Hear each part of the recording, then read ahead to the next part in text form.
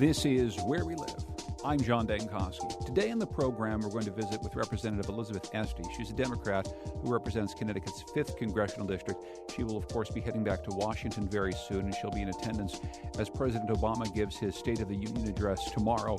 There's lots to talk about, including gun control and the president's executive actions. It's something we're going to be talking about first here on the program. But if you want to ask questions of Representative Elizabeth Esty, you can call us at 860-275-7266.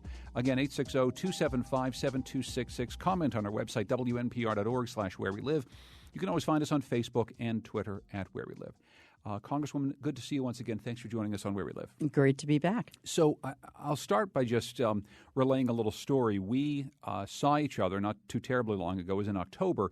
I was coming in to do a Saturday fundraiser, and I was surprised that you were waiting in our parking lot. You were coming in to do a live shot via satellite with one of the 24-hour news channels. It was just after the San Bernardino shootings. And you were going to be on, and you were going to be talking about guns in America once again. And we talked for about 5 minutes as we were walking in the building, and you were angry.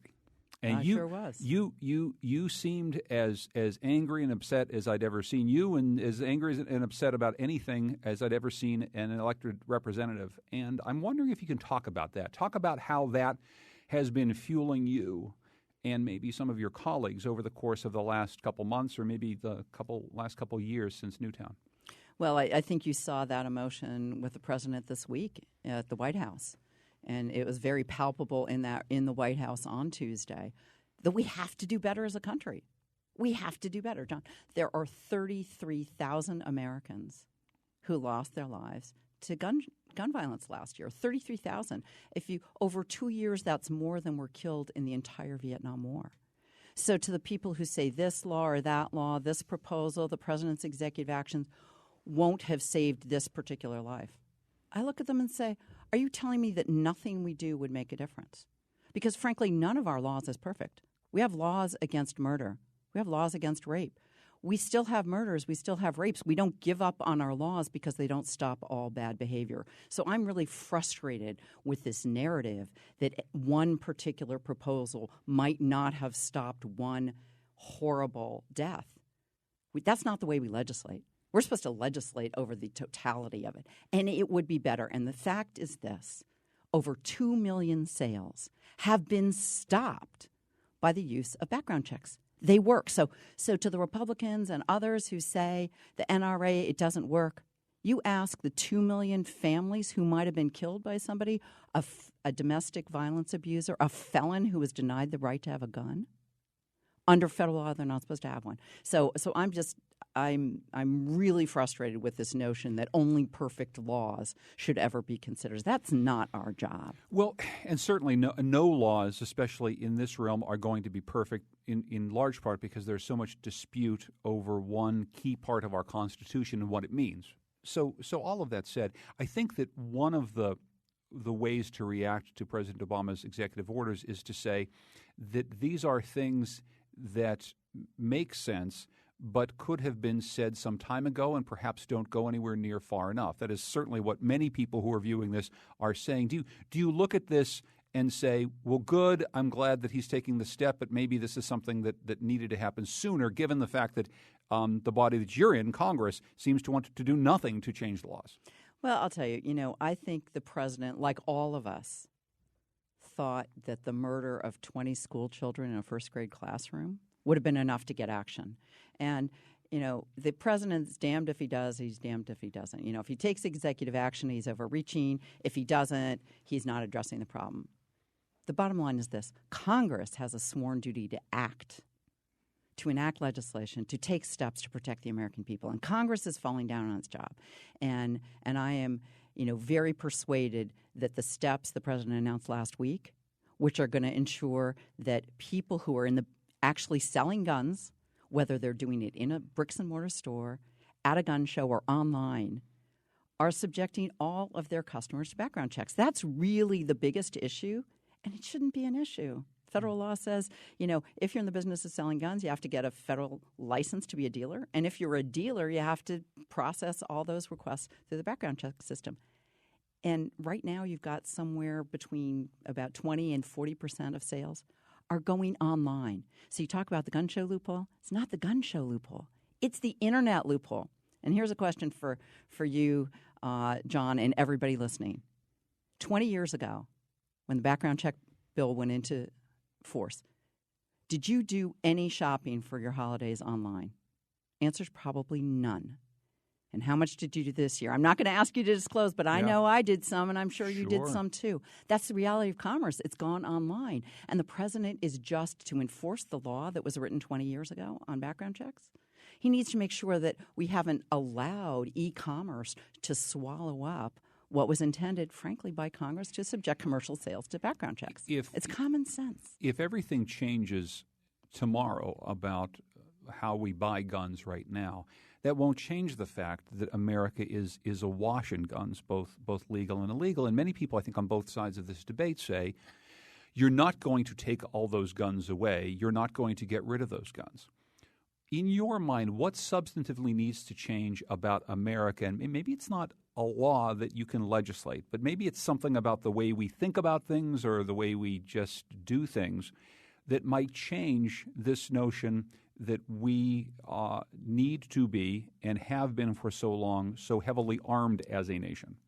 Well, it's a really important question that you ask. And it was part of the conversation yesterday in Newtown, actually. Yesterday afternoon, Abby Disney came to Newtown to air her film Armor of Light and brought with her Reverend Rob Schenck, who's been an activist in the evangelical community for a very long time, a converted Jew, actually, who became an evangelical Christian, and has been one of the leaders of Operation Rescue, one of the leaders of the pro-life movement. And she documents his movement over the course of several years to conclude that we in America need to do something about protecting people from gun violence.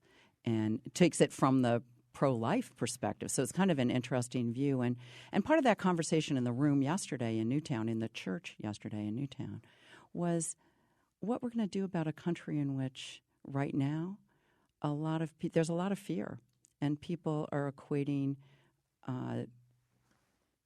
having a gun as being what keeps you safe, rather than having a police force, rather than having a national government that protects you. And I think that's a much deeper issue, and I don't have the answer to that, but I do know we need to talk about it, because you can't just keep upping the ante, say the bad guys have guns, so we need more guns. Well, now we have more guns, so the bad guys are going to get more guns, and at some point that just doesn't really deal with this desire to have security, which we all have. We all have. But the notion that a gun will ensure that, I think, is misplaced. And that's, frankly, part of the appeal right now of the NRA. And you listen to these clips from Wayne LaPierre and a lot of the Republican candidates for president, and they are stoking that. The president's trying to take away your guns. I only want to take away guns or keep guns out of the hands of felons, dangerously mentally ill, would-be terrorists, and domestic violence abusers. That's what the law is, except for the terrorists. And frankly, that is just bizarre that if you can't get on an airplane because we think you're a terrorist, you can still legally buy a gun. Now, that's something we ought to just fix in Congress right now. I think both on that issue, though, and on the issue of what you call dangerously mentally ill, there are many people who spend a lot of their time looking at civil rights and say, I have concerns about who gets on that can't-fly list, who gets on that dangerously mentally ill list. And that doesn't necessarily just have to do with guns. That has to do with how we as America classify specific people who we find in whatever way dangerous. Isn't that a bit of a slippery slope that I think many Democrats probably have to grapple with as they enter into this part of the debate? Well, I think there's no question but that we need to have better access to mental health services. That's part of one of the president's proposals from last week was for better access to mental health services, and that's really important. And so he's calling for an extra, $500 million in funding. I know, just from my office, the kind of calls we get on a very regular basis from families looking to try to get access to, particularly to child psychiatrists and psychologists to help their kids. That remains an issue in this country. There's already stigma, and I'm going to repeat again because it's so important to know. The mentally ill are much more likely to be victims of gun violence rather than perpetrators, and that's well established. But it's clear on these mass shooting situations, we do have a challenge in this country that doesn't seem reflected elsewhere. But the bottom line is every day there are more than 30 Americans who are dying by gunshots. Some of those are suicides. Some of those are shootings right here in Hartford where we are right this moment. And we need to do something. And so to people who are concerned about different aspects of these laws, again, my question is, what's your proposal? What are you going to do? And that's why I think it's so important. And I introduced an amendment to the big spending bill in December to get rid of what's called the Dickey Amendment. And that is the now longstanding bar against federal research on the causes of gun violence. And isn't that, and I was going to ask you about that anyway, and we're going to get to some phone calls with Elizabeth Esty, 5th District Representative, in just a moment at 860-275-7266. But I was going to ask about that. That seems like another one of these issues of transparency that, and I've heard from and talked to many people on both sides of the gun control versus gun rights debate, who see some real sense in things like background checks of a certain type, and certainly of the sharing and availability of data and research on gun violence as a public health issue. Talk a bit more about what you would see changed around that and what the problems are right now in America around just getting the data that we need to make informed decisions. Well, I'll tell you, there's a pretty good analogy to cars. 30 years ago, 55,000 Americans lost their lives in car accidents every year. 55,000.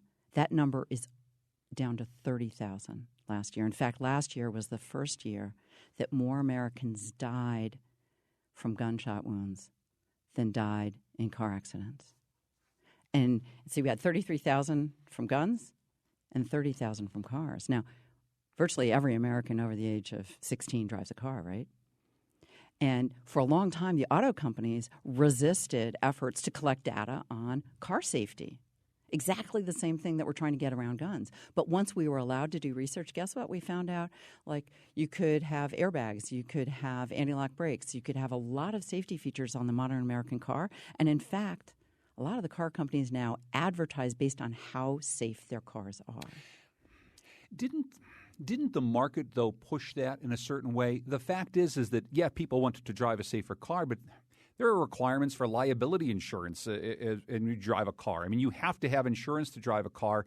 You would think that part of that change that you're talking about isn't through any sort of legislation or altruism on the part of the car industry. It had to do an awful lot with the fact that they were going to lose an awful lot of money on insurance claims, on liability, if they continued to have people launched through windshields in accidents. And that's why that changed. I mean, it is, to a certain extent, market-driven, isn't it? Well, but there was also the data to figure out what do you do. Mm-hmm. You know, you needed good data. And we in the United States believe in science. We believe in good information. So technology can be our friend here.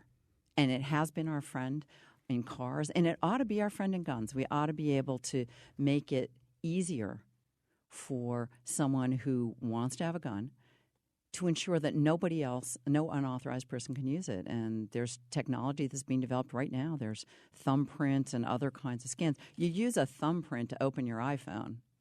You probably do. Mm-hmm. And if we can do that, we can figure out how to have guns be safer and only be usable by authorized people. That seems like common sense. And again, which is, again, another part of the president's proposal, was to increase spending on the federal research side and to engage the tech community and gun manufacturers to say, let's find ways to make guns safer. What about this idea of liability insurance? Well, I'd like to see it. I think it would help. I think it would help the market to respond.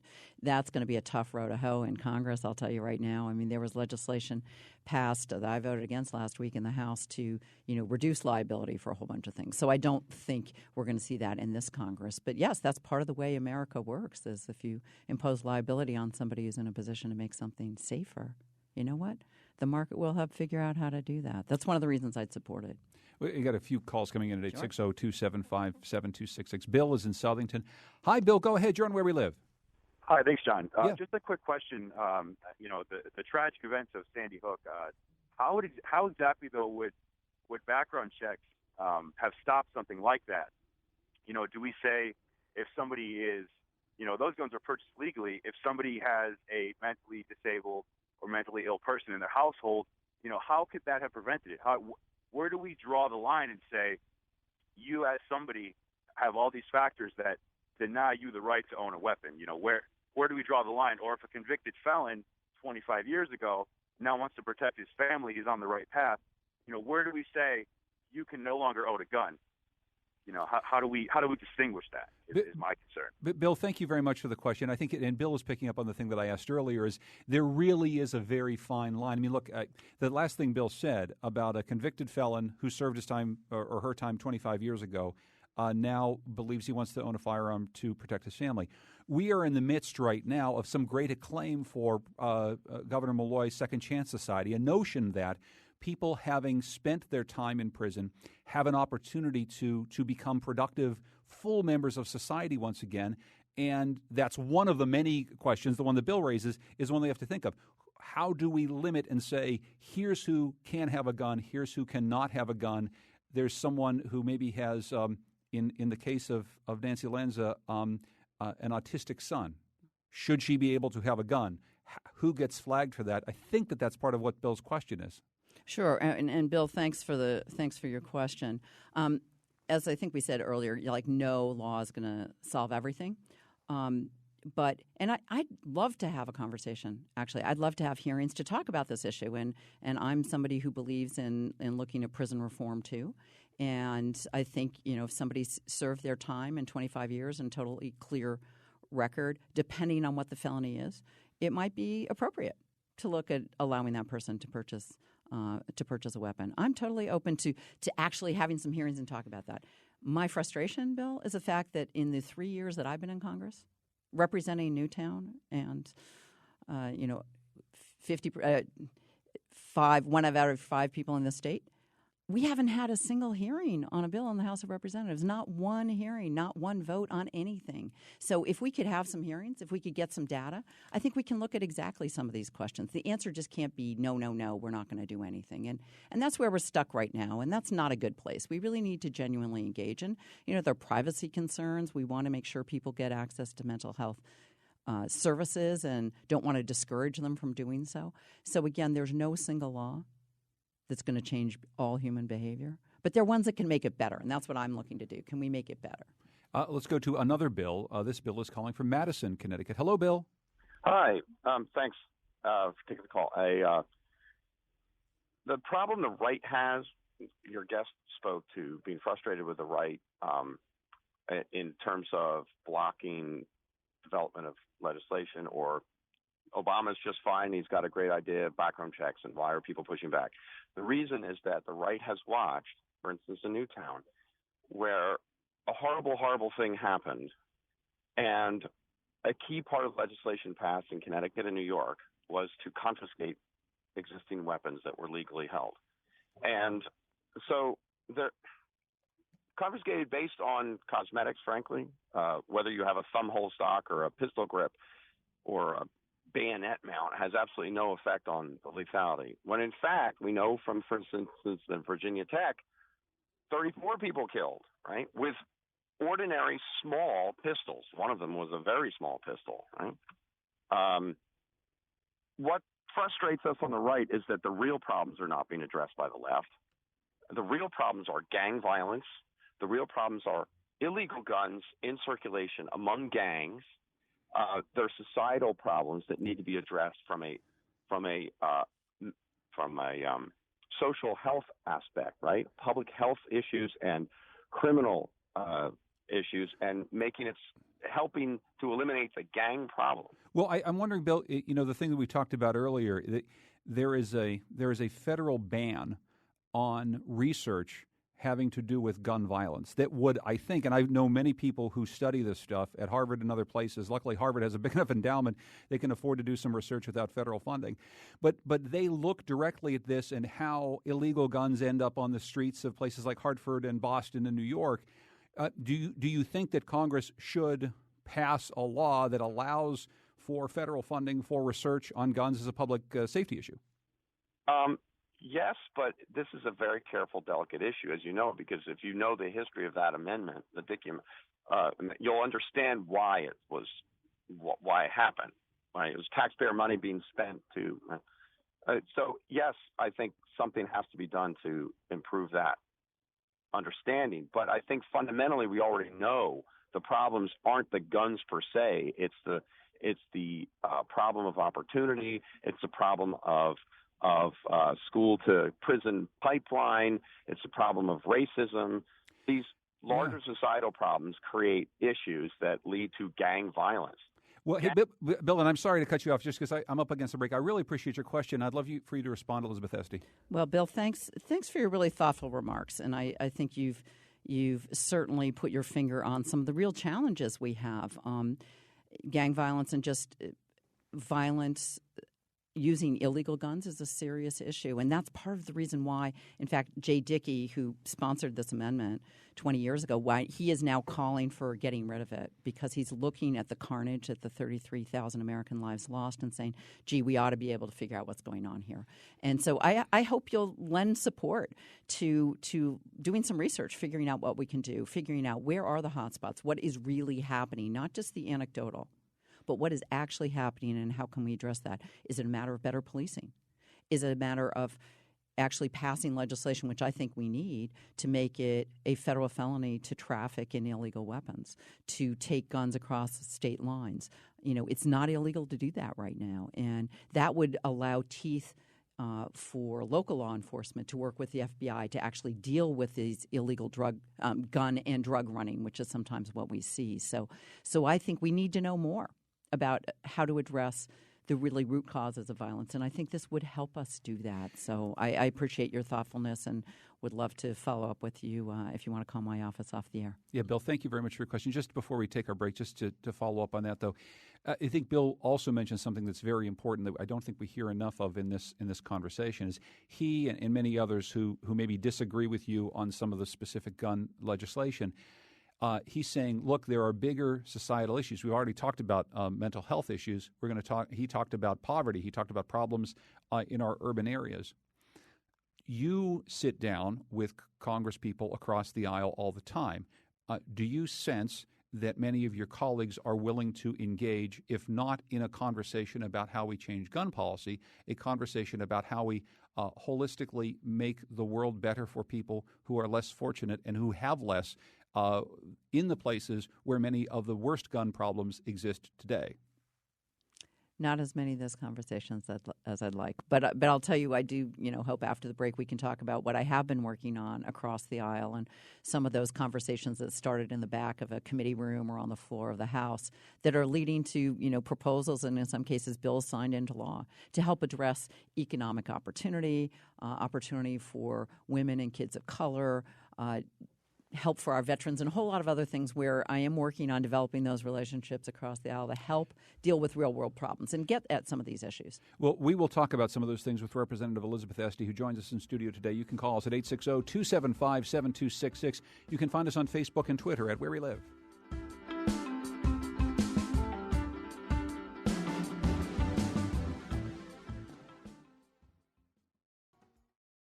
This is Where We Live. I'm John Dankosky. Today in the program, we're talking with Representative Elizabeth Esty. She's a Democrat who represents Connecticut's 5th Congressional District. We'll get to some of your phone calls in just one moment at 860-275-7266 and your tweets at Where We Live. I just want to remind you that on January 19th, I will be in New Haven with Colin McEnroe for a special Wheelhouse Uncensored 2.0. We did this last year and we had a lot of fun. We're going to be in New Haven at the Tavern right downtown. If you'd like more information, go to our Facebook page at Where We Live. We would love to see you there for a freewheeling Wheelhouse Uncensored. We're talking with Elizabeth Esty about a lot of the things she's working on in Congress. Of course, she's heading back to Washington. She's going to be there as the president gives his State of the Union address tomorrow, which, of course, will be broadcast here on WNPR. One of the issues that you've been tackling and that's so important to our state and many others around here is the terrible problem of opioid overdose, heroin overdose. Sean tweets us, what's the progress of your opiate overdose prevention legislation? Maybe you can talk about that legislation and then give us an update. Sure. Well, it's great. Well-timed. I got word last night that my bill is going to be on the floor of the House today. So that means we'll either vote today or tomorrow. And this is a bipartisan piece of legislation, something that I really started hearing about, I would say 2.5 years ago, when I was up in the northwest corner. I think I was in Salisbury, A mom came to me and said, "You got to do something. We're having real issues." And then I started hearing from everyone. I heard from ER docs at Charlotte Hungerford Hospital. I started hearing from Torrington and from Waterbury and from New Britain, from doctors, from police chiefs, from families saying they were losing their kids. And so actually I'm now part of a couple of different bipartisan task forces. This afternoon I'll be flying down to D.C. and we're having a hearing on opioid addiction, doing a screening of a movie tonight with the Surgeon General to talk about what we can do. I'm on a New England task force where we're looking at the particular challenges we're having, cross-border issues in New England. And, there's more we can do. So I'm glad to say, actually, no, it's not my opioid one. I have another one, which is actually on e-cigarettes, which we also learned about from here. Yes. My e-cigarette bill is up today. And on the opium one and opioids, we're looking at a couple different pieces. One of those is looking at changing prescribing practices. The typical prescription for painkillers is 30 pills. And that's whether you had hip replacement, as my mother did, or whether you had your wisdom teeth out, as all three of my kids did. And I'm looking to see what we can do to help reduce that number, at least when it's for less serious ones. Yeah. I've held, a bunch of roundtables. I've met with ER docs, substance abuse folks, part of the task force in this region. So we've beefed up some resources. Good news, we've gotten some grant money in Connecticut to help on our statewide task force. It's part of the reason I've invited Police Chief Jim Wardwell of New Britain to be my guest at the State of the Union. He's been working on this issue, as have many of our police chiefs in big and small towns across the state. So again, we're working on a bunch of different pieces of legislation to figure out what is really going to get to the problem, because it doesn't start with heroin. It starts with prescription drugs. And so legislatively, what do you do about that? I mean, we've been hearing about this for years, that many physicians are too willing to prescribe very powerful drugs to people who maybe need them and maybe don't need them, but prescribe them certainly for such a long period of time that people become addicted and then find a cheaper high elsewhere with illegal heroin. Can you legislate physicians to prescribe differently if that is indeed one of the biggest problems? It's a good question. And again, you don't want to be, if you're a hammer, you think everything's a nail. I'm not sure that necessarily how much of this is going to be legislation and how much of this is going to be changed practices. But sometimes having legislative hearings can be a way of getting attention to the topic. And I'll tell you that the physicians, one of the things they need to do is think about their responsibility and provide for either alternative pain management or recognize if someone's been on prescription drugs, powerful ones, for a couple of weeks, they're going to need to be weaned off. You can't just cut them off. So one of the issues that's been raised with me by the substance abuse community is saying there's been so much more awareness now. We've got to stop people from getting addicted, that sometimes there's a direct cutoff and then it leaves people with cravings. They are addicted and they're going to need help. So that's part of the piece now. We've raised awareness about prescription drug abuse, but the response is maybe pushing people to heroin, which is absolutely not what we want to do. So we've got to, again, look at alternative pain management, prescribing practices. And one of the pieces I'd like to try to engage athletic directors, coaches, and parents to think about, are we pushing our kids too hard in sports? I'm hearing more and more stories about teenagers, and a lot of them are kids who got injured playing sports, got put on powerful painkillers, got addicted really quickly because it appears, the teenage brain can get affected much, much more quickly.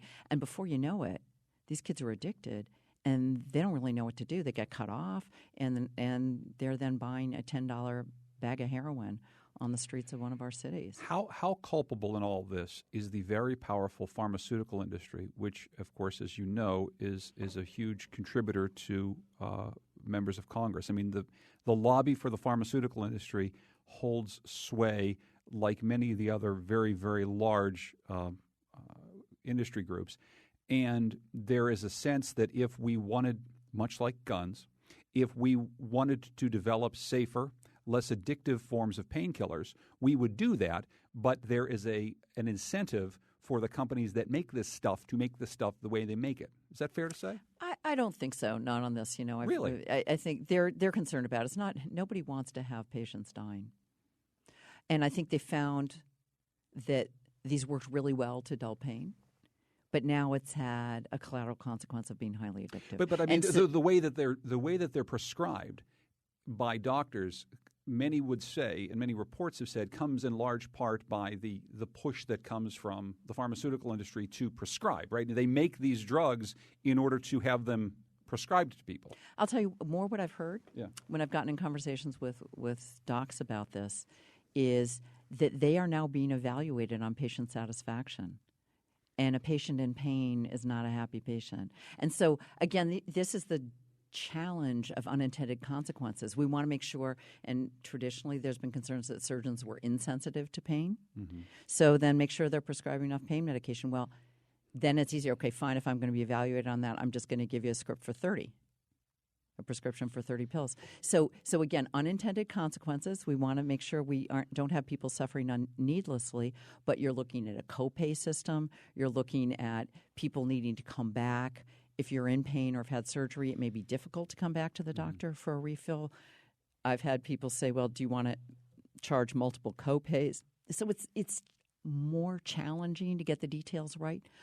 But it doesn't mean we don't need to try. We really do. It is an epidemic, certainly in the Northeast, in New England, and we've got to figure out ways to do better. And I think that's going to take getting everyone to the table, and that's a lot of what I do. Try to really bring everyone to the table. Maybe the solution's legislative. Maybe it's not, but I want to be part of that process of being a problem solver for this kind of problem, which is, devastating families. Again, and it's in small towns, it's in big cities, it's in suburbs. It knows no distinction, and we've got to do something on this. Last thing on this, you mentioned some of the cross-border challenges that happen in our state and others. Of course, this made the news not too terribly long ago when the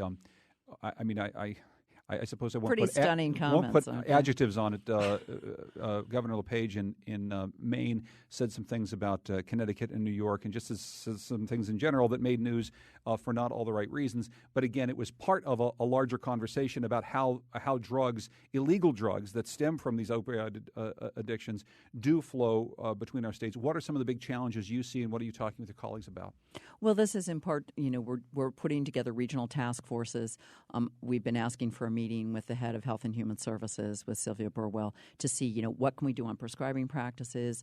What are things we can do that would be more effective? And again, it's a complicated issue, and it's going to take law enforcement, folks in the mental health community, prescribing physicians, surgeons, and ER docs, first responders, everybody and parents and kids to the table. Because frankly, one of the challenges is the treatment is not very successful, as I think you know. It can take a long time to get someone successfully through treatment. So it is a tough problem. And if we can figure out how to make our prescription painkillers less susceptible to abuse, that would be a really good thing. Do you think that Governor LePage is part of the problem in the sense that high-ranking officials in states have such a narrow or distorted or just wrong-headed view of what the problem is? I think it's not helpful when elected officials don't take the time to know the details and to genuinely try to be a problem solver, not point at like it's that guy's problem, that guy behind the tree, he's the one who's responsible for the problems in my state. That's just not the way it works. Our borders are we drive across them every day here. And if we want to solve the problem, it can't be by blaming somebody else, but by actually sitting down together and working together. And whether it's on guns, whether it's on heroin, whether it's on e-cigarettes, which I'm working on, which are addicting talk our about kids. That. Yeah, I wanted to ask you about that. What is this legislation? What would it do? Yeah, so this e-cigarette, again, this was something that, came up from somebody a couple of years ago who raised this question with me and said, Elizabeth, I'm a lifelong smoker and I'm trying to quit by using e-cigarettes, but they're using it to addict our kids. Well, it turns out that's really true. E-cigarettes have become sort of the new entry of big tobacco into addicting our kids. And there are two different problems that I'm working on. One has to do with the poison that is liquid nicotine. Liquid nicotine is toxic. It can kill you if you drink it, and it can actually harm you even if it spills on your skin because it's so concentrated. Well, bizarrely, it is not childproof packaged right now. If you think about eye drops, contact lens solution, almost everything's got a little wrapper on it. That is not true for the liquid nicotine refills. And so the bill I have on the floor of the House today, it's a bipartisan bill with my friend and colleague Susan Brooks from Indiana, already has passed the Senate, and this is designed to insist that immediately we get childproof packaging on this, because we've already had at least one child die, lots of other poisonings of little kids, because the liquid nicotine is designed to appeal to kids. And it smells like and is flavored so that it would seem like bubble gum, cotton candy, gummy bears, peppermint, chocolate. These are all flavors that are designed to appeal to kids. So that bill looks like it's going to go, I think, this week, and then we'll be headed to the president for signature. And I've got another piece of legislation to look at advertising to kids. And in fact, just last week, information came out about how dangerous these e-cigarettes are to kids, and it's leading to something called popcorn lung, actually, which can really, I know it sounds horrible, but when they heat this stuff up, you may have remembered a number of years ago there were issues in plants where they did microwave popcorn, and it was affecting the workers. The same chemical is used actually in the wrapping and is released in the packaging for liquid for e-cigarettes. And so this has been part of our concern, as we've been worried about what's going to be the impact of heating these chemicals and then breathing in the smoke. So again, the increase in the number of kids smoking e-cigarettes has gone through the roof in the last 2 years. We need to do something about it, and that's why I've got one bill that I hope will pass today and go on to the president for signature, and this other one which we're hopeful that we're going to get some movement on. Nate from Terryville is calling about the issue we were just talking about. And Nate, do you have a quick thought? Yes, thank you for taking my call. I kind of resented the comments about teachers and coaches pushing kids too hard in sports. I've been injured, severely broken legs and wrists and ribs in sports in high school. And, I was prescribed painkillers that I had to choose not to take. They made me ill. They were so powerful. And, the problem is definitely not kids competing and pushing themselves to the limit and learning qualities that are going to help them be successful in life. It's allowing them to believe that taking, highly powerful, highly dangerous, and life-threatening drugs is the way to deal with injury and pain. And, that's the problem, our system. And the pharmaceutical company that you brought up, it's their fault. It's the medical system. It's not kids competing and putting it all out there on the field and learning how to be successful in life and learning how to handle difficulties and adversities. It's giving our kids dangerous drugs. Hey, Nate, can I just ask you, I think you raise a great point. Can I just ask you a question, though? Is it fair to say, though, that you were an athlete who resisted the urge to take powerful painkillers because of their addictive properties, that not all young people might be in the position to do what you did? Positively, which is why I'm not blaming the kids either. How would they know how dangerous they are when they're being handed to them? But when they're being handed to them by the doctors and their parents are telling them it's okay, and big pharmacy is saying that these are safe and effective ways to handle pain, which they're not. Sure. And Nate, Well, Nate, thank you very much. I just want to get a quick response from Elizabeth Esty, and thank you for your call. No, Nate, you're absolutely right. So I must not have been clear enough. I think you're right. I don't think it's the kids. I want to bring in parents and coaches about pushing their kids too hard. You were smart enough to know if you're hurt and you're injured, you got to be careful, and you shouldn't get back on the field. So one of the things I see is pressure to get kids back on the field that you can get, and frankly, it ties into things like college scholarships and college affordability. Pressure to be so extraordinary in sports that you're going to get a college scholarship, and that shouldn't be the way our kids are thinking. Everybody's going to be able to pay for what's increasingly unaffordable college. But you are right, and you were smart. You were smart to resist that push to take these very powerful drugs. They make me sick too, so I'm right with you on that. But I think coaches and parents bear some real responsibility to say, be careful. These are your kids. They're precious. And if they're in that much pain, they probably shouldn't be playing, and keep track write down how many pills are they taking, try to wean them off as fast as they can. And I'm not blaming the kids at all. I think they're great lessons to be learned from sports. I certainly did. My kids have too. But I'm talking about the responsibility of parents, responsibility of the doctors, responsibility of the parents, responsibility of coaches who may be pushing kids too hard and encouraging them to take meds they shouldn't be taking or take them for too long. I think you're absolutely right, and I'd love to get you talking to people about that. Nate, thank you again for your phone call. If you want to join us, 860-275-7266. We're going to take a break. When we come back with Representative Elizabeth Esty, we got a lot more to get to in just the last few minutes. We'll rapid fire through some other things that she's working on and ask how functional is this new Congress, this new House of Representatives with Paul Ryan. That's coming up next to Where We Live.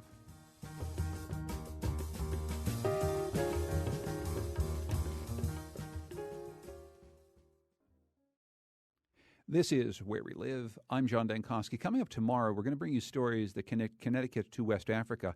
Ebong Undama, who's a reporter for WSHU, checks in from Nigeria's capital city, where he's been working on a new multimedia project called Go Tell Africa. We're also going to hear from a local Nigerian-American author who shows a lesser-known side of her birth country. And also we'll talk to Afropop Worldwide's Banning Air. He'll share some of the vibrant musical sounds of modern-day Lagos. That's coming up tomorrow on Where We Live. You can join me this afternoon at 1 o'clock on the Colin McEnroe Show. I'll be sitting in with Colin as we pay tribute to and we collect stories about one of the most amazing musicians of our time, and certainly one of the great artists, David Bowie. I'm here with Elizabeth Esty, who represents the 5th Congressional District. Do you have a David Bowie story? I do. David Bowie has there are two things. One, who cannot love David Bowie if you're on the Science Committee? Because the most telling rendition of Ground Control to Major Tom was played on the International Space Station. Yeah. And I serve on the Science Committee, and we've had some connections up to the space station, and that is a favorite, as you can imagine, of our astronauts. But also, he's got a connection to Professor Ed Tufte, who actually lives in my district, and he is a great professor who displays data. And he and David Bowie had a very well covered and very controversial series of editorials in Wired magazine back probably 10, 15 years ago about the virtues or the demerits, as it were, of PowerPoint, with David Bowie taking the position that PowerPoint is creative and a great thing, and Edward Tufte questioning whether that was putting too much emphasis on sort of pretty aesthetics and not enough on content. So maybe something to follow up with on Connecticut's Own Connection. It is fascinating. We'll be talking about a lot of this this afternoon at 1 o'clock with Colin McEnroe. A lot to get to here. You're part of the Transportation and Infrastructure Committee. How much have you talked with Governor Malloy about his infrastructure plans, and what do you think the federal government's going to be able to do to assist Connecticut and this region in rebuilding its just shoddy infrastructure that clearly needs to be rebuilt? Well, in a lot of conversation with the governor and with the Commissioner of Transportation, Jim Redeker, and I have to say I was so pleased that we were able to pass a 5-year highway bill earlier this winter. And it means more money for Connecticut. I worked on that bill for a couple of years. We were able to get some really big wins for our state, most notably for our dairy farmers. Our dairy farmers for 15 years have been trying to get permission to have more efficient transport of milk across state lines and around the state of Connecticut. And that's something that I was able to get that amendment with help from some colleagues into the highway bill. It's more money for the state, and it's a 5-year bill, which means much better planning.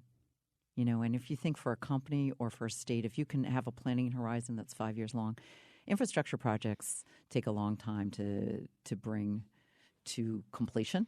And so we really need to know it's going to save us money to do that, allow us to plan better. So I was really pleased we were able to get provisions in that. They're really going to help the state. Again, but we need more money. I mean, make no mistake, the estimates are that we're over $3 trillion short of where we ought to be to replace and rebuild the infrastructure in this country. And it's one of the reasons why I'm looking at Rebuild America bonds. And I was thinking about the business story about David Bowie having issued bonds to help raise money based on his older songs.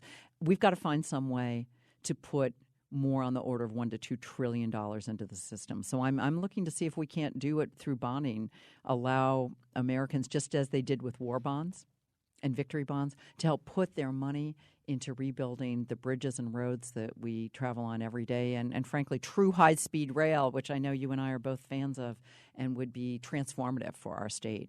So that's one of the proposals that's on the table.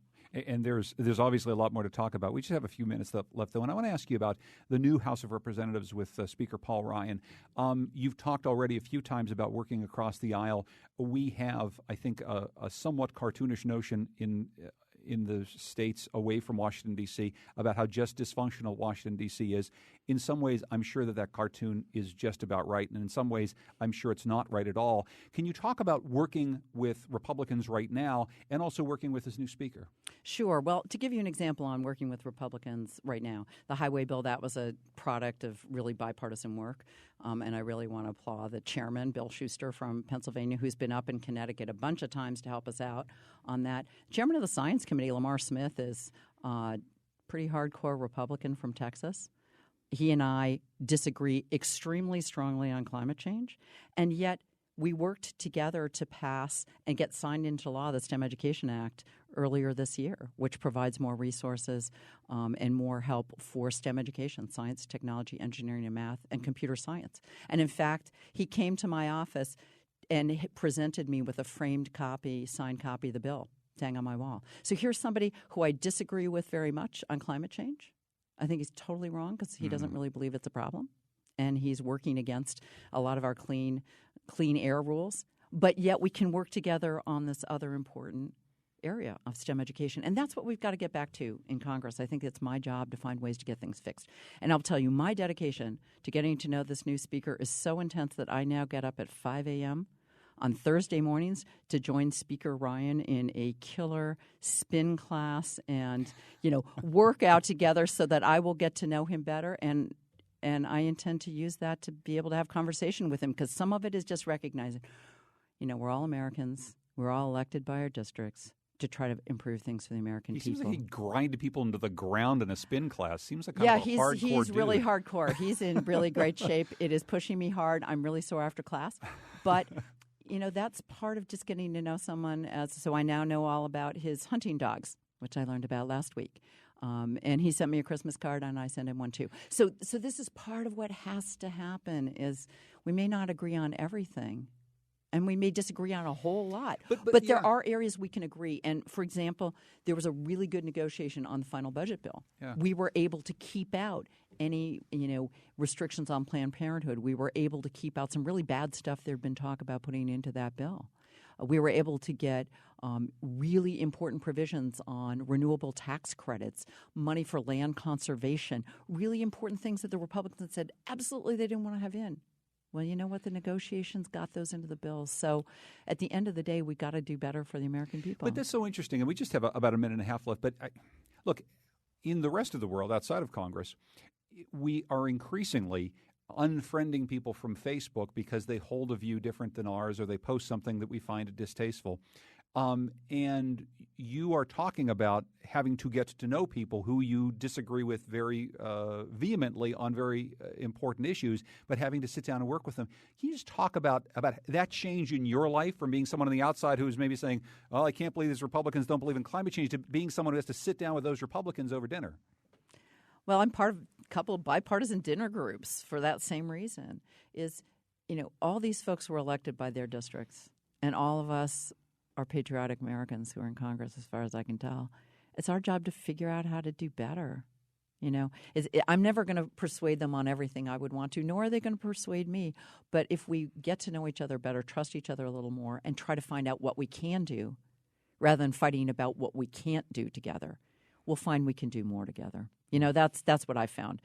Some wise person told me, the first deal is the hardest one, when you don't know other folks. And once you've done it once and it's been good for everyone, it's going to be easier to do other things. So, that's part of the job, and I'll get a chance to do a little bit more of that. And coming up very soon, I'll actually have a chance to go to Afghanistan on a bipartisan congressional trip. And there's really important things I need to see about what's going on there. But it's also going to be a chance to get to know and travel with a couple of Republican members who I don't know right now, because we've got important work to do.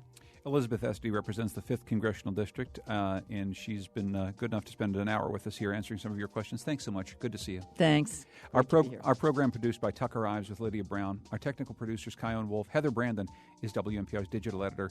The executive producer of Where We Live is Katie Swilarski. I'm John Dankosky, and this is Where We Live.